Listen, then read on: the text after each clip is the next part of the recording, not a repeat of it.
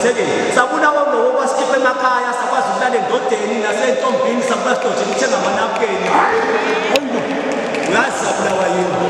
Sabula lo manje singenabunandaba nabantu sakhuluma indaba zabantu sakhohle ukuthi umuntu ngabantu. Sabula lo wasikhipha emakhaya lo.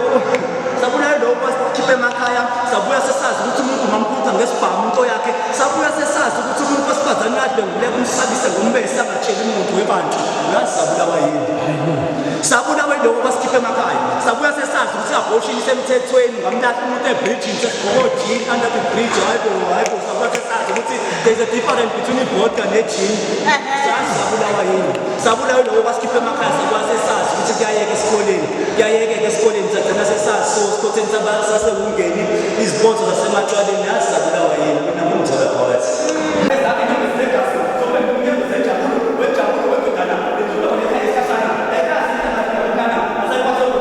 ngithema ngikhuluma naye ingubo zakhe bezigcwele igazi wathi umfethu unothenge lami igazi ngithenza sakhuluma naye phasi komlenze yakhe kwaqhamuka igazi mangithi ngiyanombuza emva kwakhe hayibo amantombazana ayisikhombisa ahlukaniswa nomntombi bawo nehluku nonina nemndeni yawo hayibo esekhomba intombazana yakulahlwe emobeni kwiza igazi wathi yasibona ngihluko senziwa amadoda esikhathi esiyigazigazi yini iqalethi ngiyafisa ukulazi ngoba kancane sikhupha ngegazi ekhomba ingane encane wathi uyayibona le ngane yadla umlomo malume wayibhala amakhala nomlomo ayibazanga ukukhala umbhede wagcwala igazi sekuchitheke kakhulu besifazane nengane igazi hlala phansi manyakazi uchazele ngalo mfulo obonayo wegazi sekuchitheke kubafazi ngithi mina ngikupho wesifazane ekhuluma nami wathi mina wasilutha wona mtho thina besifazane nengane amadoda asibulala sigenzile lutho komthetho wasokha izandla ngaloko abenzi lutho.